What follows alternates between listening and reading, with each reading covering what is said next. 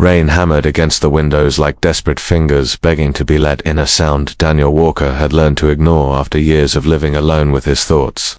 But that night, something in the storm felt different, almost restless, like the world was warning him that his life was about to shift in a way he could never prepare for. And then, at 1:14 a.m. came the knock, small, frantic, trembling, not the kind of knock you get from an adult, the kind that makes your stomach drop before your feet even hit the floor.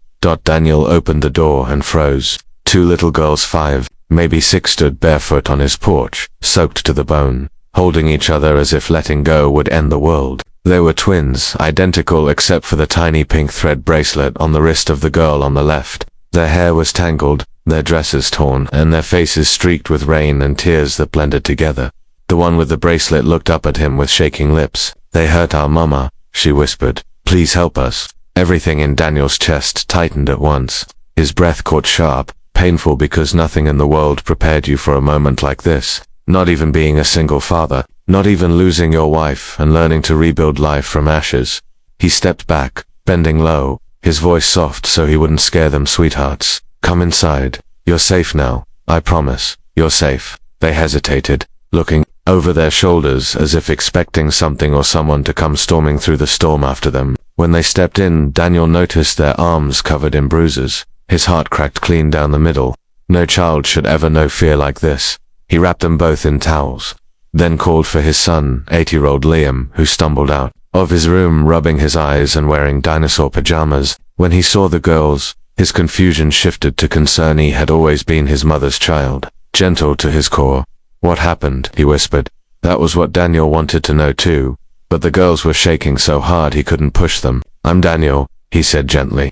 "This is Liam. What are your names?" The girl with the bracelet cleared her throat. "I'm Hazel. This is my sister, Hope." Pretty names for children who had seen hell. As Daniel warmed milk for them, Hazel clung to Hope's hand, and Hope stared at the floor as if afraid it would swallow her. Only after they had sipped enough to stop trembling did Hazel finally speak again.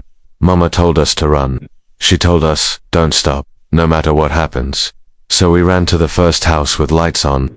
Daniel felt a cold weight settle inside him. "Hazel," he said gently, "did someone hurt your mum?" Hazel nodded, her voice cracking. "He always hurts her. Tonight it was worse. She couldn't get up. We thought she was dead." Liam gasped. "That's horrible." Hope's lip wobbled. "We didn't know what else to do." Daniel swallowed hard. He had seen pain before, but nothing prepared him for the kind that lived in these girls' eyes. He wanted to protect them, shelter them, tell them everything would be okay, but he had made that promise before, once, and failing to keep it still haunted him every night. He dialed 911, but when Hazel saw the phone, she panicked. She threw herself in front of Hope, arms wide, shaking so violently the towel slipped off her. "No police," she cried. "He said he'll kill her if she tells anyone." The milk nearly slipped out of Daniel's hands. "Hazel," he said softly, "the police won't hurt you. They want to help." She shook her head, sobbing. "You don't understand. He knows everyone in town." "Mama said no police." She said run, not call. Daniel stopped. Hazel wasn't wrong. Small towns could be complicated. Old connections, old debts. If the girl's mother had been trying to protect them from someone who had influence. He hung up the call before it connected. Liam looked startled. "Dad, we'll help their mama ourselves first," Daniel murmured. He grabbed his jacket, but the twins clung to him and cried out together, high and terrified. "No, if he sees you he hurts everyone," Hazel whispered. Daniel knelt again, heart pounding. "Girls, listen to me. I've dealt with hard things before. I know how to protect people. I won't let anyone touch you," Hope whispered. "He has a gun." Daniel stiffened, but he didn't turn back. He only said, "Stay with Liam. Lock the door behind me." He drove into the storm with hands gripping the steering wheel so hard his knuckles turned white. He followed the directions the girls had given between sobs: the tiny dirt road, the leaning mailbox, the house with the broken porch light. When he arrived, his pulse hammered in his ears. The front door was open. Inside, the house looked like it had been torn apart by rage, itself overturned chairs, shattered glass, broken picture frames, and in the corner, half-conscious and bleeding, lay a woman, Hazel and Hope's mother. Daniel rushed to her side. "Ma'am, can you hear me?" Her eyes fluttered, then focused on him with fear. "They my girls where?" "Ah, they're safe," Daniel said quickly. "They're with my son." Relief washed over her face like a wave. Then she whispered, "You shouldn't be here. He'll come back." Daniel heard footsteps behind him. His heart stopped. but when he turned, it wasn't a man with a gun, it was a police officer he recognized.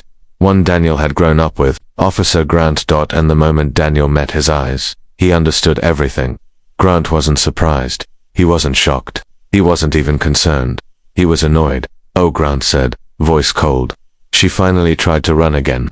Daniel stood slowly. "Again, she's dramatic," Grant said with a shrug. "Falls around, makes up stories, should have kept better control of those kids." Every muscle in Daniel's body tensed. "You did this," he whispered. Grant smirked. "She pushed me. I pushed back. You know how it is. Some women need fear to stay in line." Daniel saw red-hot, burning, dangerous red, but before he could react, Grant lifted a hand casually. "Walk away, Dan. Don't get your old buddy in trouble. I'll take care of her." "Like hell you will." Grant stepped forward, menace in his eyes. "You're a single dad. You've got enough problems. Don't add mine." That was the wrong thing to say. Daniel moved before he could think. A shove, a stumble, a crash. Grant fell back, surprised, but Daniel didn't follow with violence. Instead, he grabbed his phone and dialed a number that made Grant's face shift from confidence to panic. "The sheriff." Not one of Grant's buddies. Sheriff Miller answered groggily, but when Daniel explained what he found, her tone sharpened like a blade. "Don't let him leave," she ordered. "I'm on my way." Grant lunged to escape, but Daniel blocked him steady, unmoving, unshakable. Not with fists, not with threats, just with one quiet sentence. "You won't hurt them again."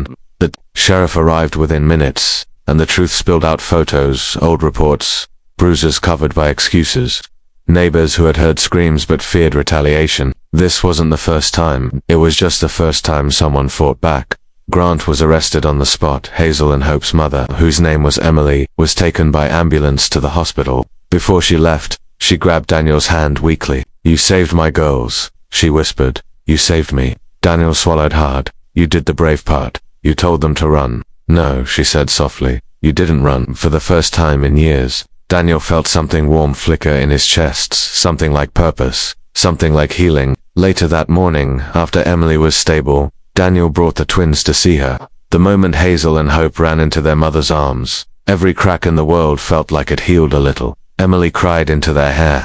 "I'm so sorry, my babies." Hazel shook her head. "You told us to run, so we ran," Hope whispered. "And he helped us." Emily looked up at Daniel, tears shining but warm this time. "I don't know how to thank you." "You don't have to," Daniel said softly. "Just be safe."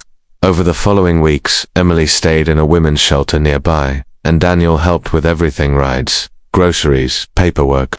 Liam played with the twins every afternoon, and for the first time since losing his wife, Daniel felt his house fill with laughter again. One evening, as he dropped off groceries at the shelter, Emily hesitated before taking the bags. "You didn't have to do all this," she said. "I know," Daniel answered, "but I wanted to." She looked down, then back up with a trembling smile. "You're the first person in a long time who's ever helped without wanting something in return." He didn't know what to say to that, except, "You deserve better." She blinked fast, fighting tears. "My daughters call you the man who saved the rain night." Daniel chuckled. "That's a dramatic title." "They said you were brave," she whispered. "They said you didn't even look scared." Daniel looked at her, then the bruises fading, the strength returning, the fire in her eyes reigniting like sunrise after a storm, and he knew the truth. "I was terrified," he admitted softly, "but doing nothing scared me more." She smiled, a real smile this time, not one born from pain. Weeks turned into months. Emily found an apartment, a job, therapy, support. Daniel helped her move in, and the twins hugged him every time they saw him, like he was part of the family now. And maybe he was. One evening, after the kids had a movie night together, Emily stood on the porch with her hands tucked into her sleeves. "Daniel," she said quietly, "yeah, I want you to know, we're only standing here today because you opened your door that night." He shook his head gently. "You knocked, I just answered."